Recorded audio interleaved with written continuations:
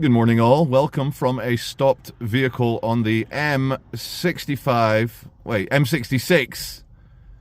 trying to get into Manchester. And just like yesterday, the M6 shut down in both directions. Air ambulances landing on it. This morning, just now, we're at the front. Do not pass. Don't pass. Thanks, Ralph. And yeah, so I thought I'd go on to AI, find out, have motorway accidents increased dramatically since the COVID lockdowns? And the answer is yes. And nobody can figure out why. Ladies and gentlemen, welcome to the Trafford Centre, one of the biggest malls in Europe. Scene of a brutal assault a year and a half ago, which I'm going to talk to you about in there, where Laura and I were the victims of this crazy couple suddenly attacked us, and I had to punch the guy and yada yada. I'll tell you the full story. We went to court about it. So in other news, the Pope Francis has just passed away at the age of 88. He had a good innings, and what a day for a Pope to pass away on, Easter Monday.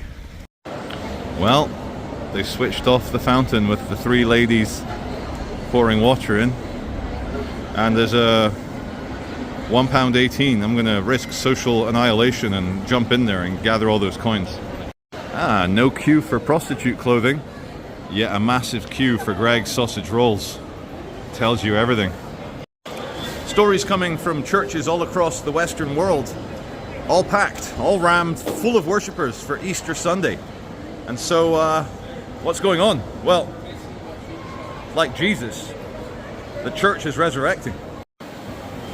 There's green plastic watering cans, but the reason I'm here is for the fake plastic trees, and they love their fake plastic palm trees here. Gives it that nice, you know, fake hot country feel. Beautopia, a utopia for the beautiful. All right. Okay, we're in the middle now of the Trafford Centre. It's the busiest I have ever seen this place. And I must admit, there is a distant fear in the back of my psyche about an Islamic extremist terror attack here. You know, especially because it's Easter Monday, and we know that Islamists love doing atrocities on either Christian or Jewish holidays because it creates more pain and suffering. So my anus is clenched. My eyelids are twitching, and as they say in the US military, I'm going to stay frosty. My God. Where to walk? Nowhere.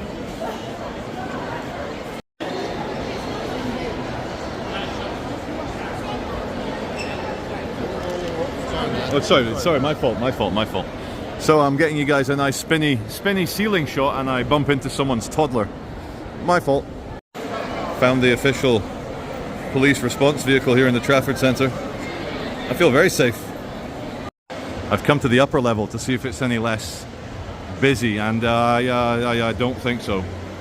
My Lord. Oh, the humanity. One thing I will say though, when you come to the Trafford Centre shopping mall, you are guaranteed a crackhead-free experience. They're quite strict here. Plus, it's not near the city centre. You can get here by bus and tram, but most people drive. And the fact it's crackhead-free makes the story I'm about to tell you, and it's a true story, entirely factual, even more dramatic. Here at the Apple store, Apple, just like Tesla, two big American brands are their market share and their profit being chipped away at by quite strong Chinese competitors, which are, of course, a lot cheaper. Is the cult of Apple technology going to crack? Has Eve taken one bite too many out of the Apple dream? And when you put your logo as, well, temptation in the Garden of Eden, what does it mean? What does it all mean? I am hot on the trail of the Hackett shop. You may have heard of Hackett. If you can hack it, it's quite an upmarket British, or maybe English, if we're going to be more accurate, English clothing brand. And the incident I'm going to describe, many of you have read it in the Daily Mail. Of course, the Daily Mail wrote it in such a way to get boomers angry at me. Crazed auditor, I'm lumped in with the auditors, guys, so all my fellow auditors, I'm lumped in with you. Crazed auditor with a Brazilian mother humiliates British people and insults British towns. That was the angle they took. Which, of course, you know, the outrage click, it's the best click of all. You want to do some clickbait? Get them outraged. Even better than sex or admiration or respect. You get them outraged, they will click on your link. So, dodgy, slightly brown Brazilian man comes to Britain, humiliates northern towns, and insults the vulnerable, or something like that. That was the headline. You know, I couldn't pass Nespresso. This is owned by Nescafe, Nestle. Nescafe is cheap and nasty coffee. It's the McDonald's of coffee, just like cheap, freeze-dried, powdered coffee. But 25 years ago, they hired George Clooney, made Nespresso a upmarket brand, and now here it competes with all the other luxury stores, when in fact, it's just cheap coffee in a pod, guys. JD Sports, eh? Going for that urban demographic. The only JD I respect is JD Vance.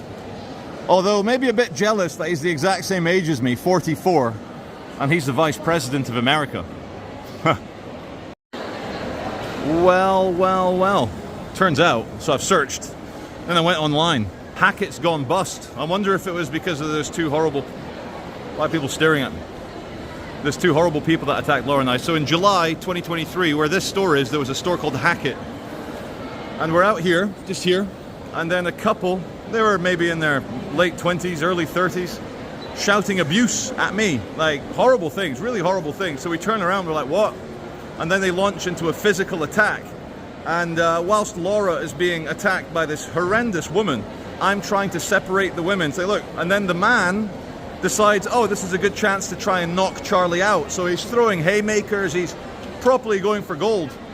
And I saw the CCTV in court. I just gave him a gentle back and to the left. And anyway, in Wigan Wigan Magistrates Court last week, they were both, in their absence, convicted of assault. And there is currently a warrant out for their arrest. Happy days. So the moral of the story is, I love it when people verbally attack me. I love it. I'm all about the chat. I'm not a dumb beast. I'm not a chest-beating big primate. And the moral of the story is, you attack me physically, I will make you bleed. And I will have you convicted. True story.